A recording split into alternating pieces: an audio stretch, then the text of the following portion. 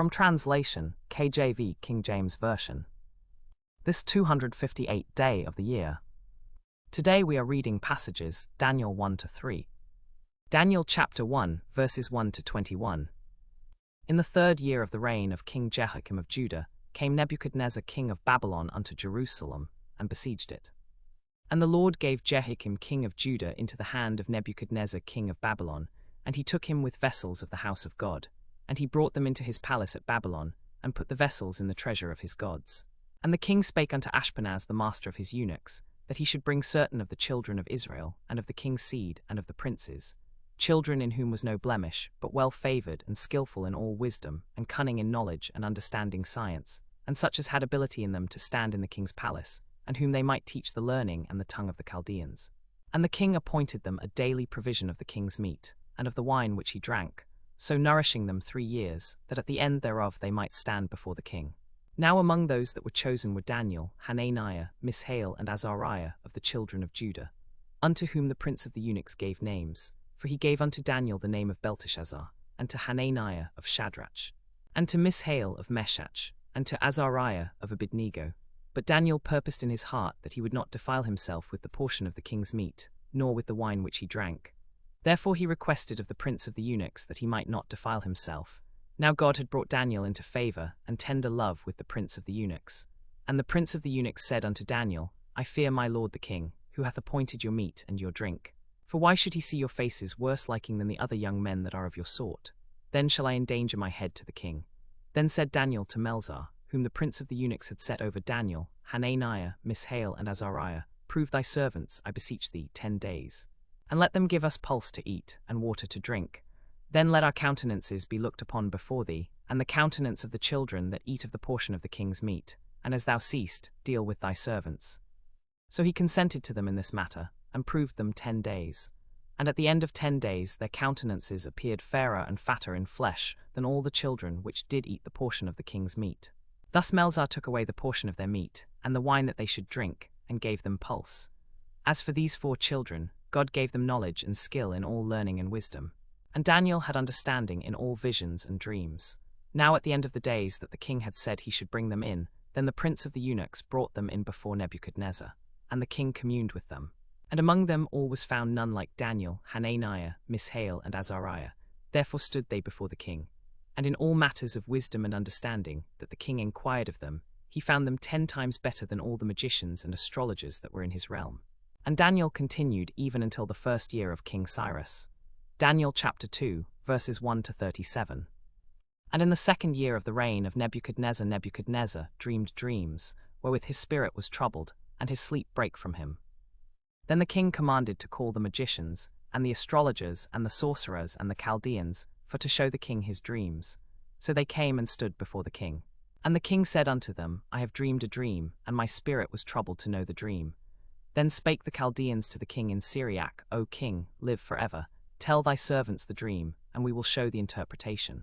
The king answered and said to the Chaldeans, The thing is gone from me. If ye will not make known unto me the dream and the interpretation thereof, ye shall be cut in pieces, and your houses shall be made a dunghill. But if ye show the dream and the interpretation thereof, ye shall receive of me gifts and rewards and great honour. Therefore show me the dream and the interpretation thereof. The Chaldeans answered before the king, and said, There is not a man upon the earth that can accomplish the king's matter. Forasmuch as the king requireth a thing which is not possible with any of the wise men, enchanters, Chaldeans, or soothsayers. The king be angry and very wroth, and commanded to destroy all the wise men of Babylon. So the decree went forth, and the wise men were slain, and they sought Daniel and his fellows to be killed. Then Daniel and his companions to Arioch, the captain of the king's guard, which was gone forth to slay the wise men of Babylon, he approached and spake before the king, and said, O king, the wise men have not been able to make known to me that which thou requiredest. But I will show unto thee the interpretation, and thou shalt know what is in thine heart. Therefore Daniel went in and desired of the king that he would give him time, and that he would show the king the interpretation. Then Daniel went to his house, and made the thing known to Hananiah, Mishael, and Azariah, his companions, that they would desire mercies of the God of heaven concerning this secret, that Daniel and his fellows should not perish with the rest of the wise men of Babylon. Then was Daniel brought in before the king in haste, and thus he said unto the king, I have found an interpretation of thy dream, O king. The king said also unto Daniel, Out of thy knowledge I know that thou canst interpret dreams, and show the interpretation of this dream that thou hast seen.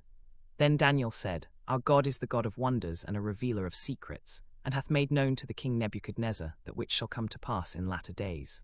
Therefore the king said, Daniel, whose name was Belteshazzar, art thou able to show me the vision and the interpretation of these things that I dreamed? Then Daniel, whose name was Belteshazzar, was astonied for 1 hour, and his thoughts troubled him. The king spake in haste, Belteshazzar, let not the dream or the interpretation thereof trouble thee.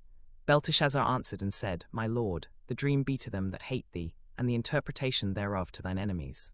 The tree that thou sawest, which grew and was strong, whose height reached unto the heaven, and the sight thereof to all the earth, whose leaves were fair, and the fruit thereof much, and in it was meat for all, under which the beasts of the field dwelt, and upon whose branches the fowls of the heaven had their habitation. It is thee, O king, that art grown and become strong, for thy greatness is grown, and reacheth unto heaven, and thy dominion to the end of the earth.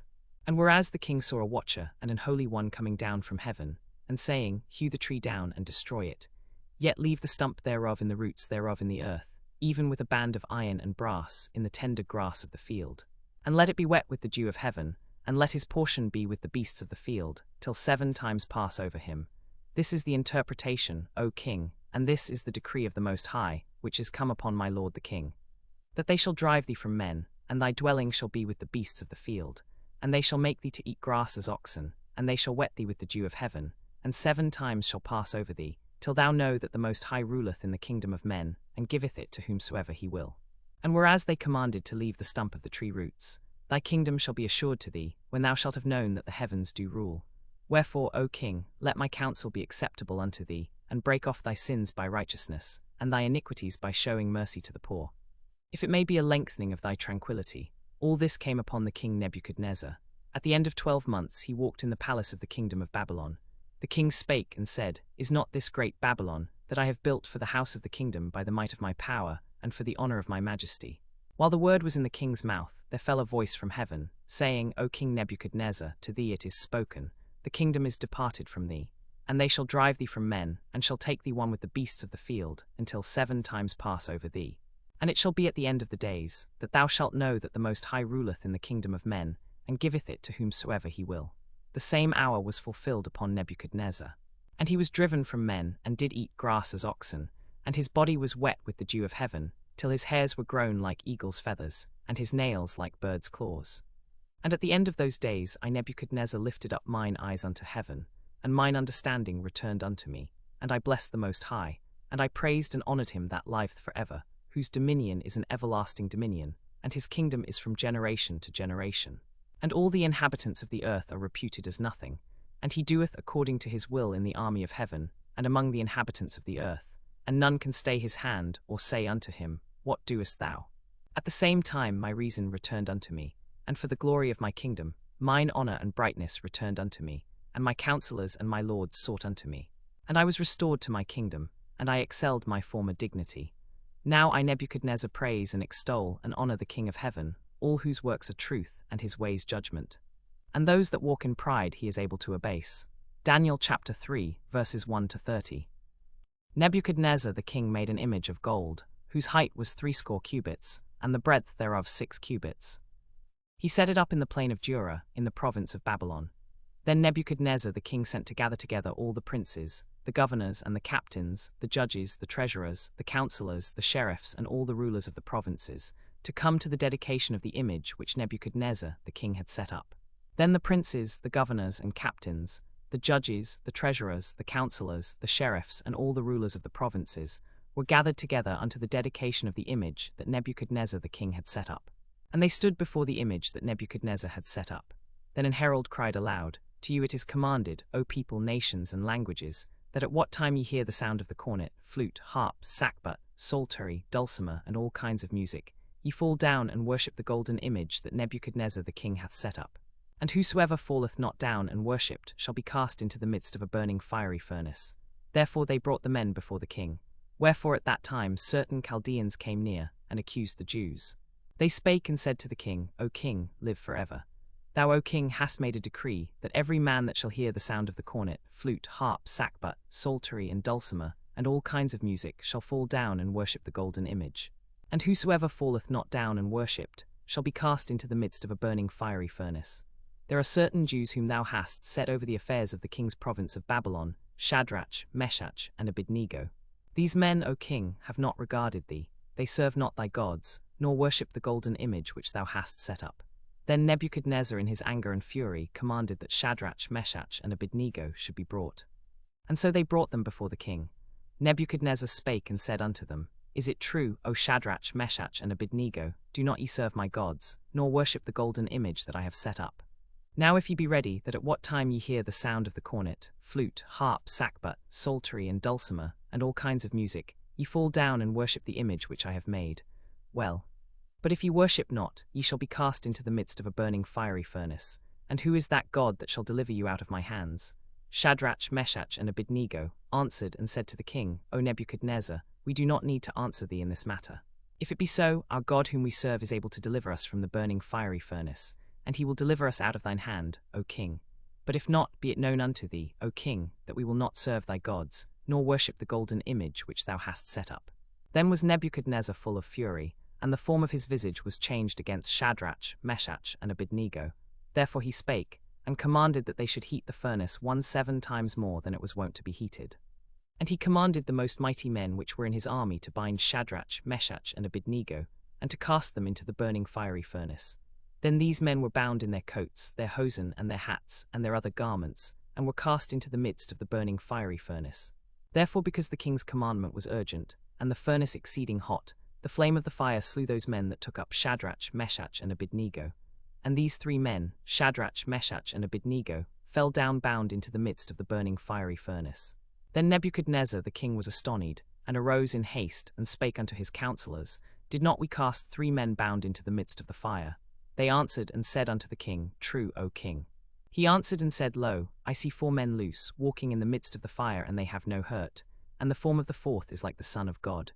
Then Nebuchadnezzar came near to the mouth of the burning fiery furnace, and spake, and said, Shadrach, Meshach, and Abednego, ye servants of the Most High God, come forth and come hither.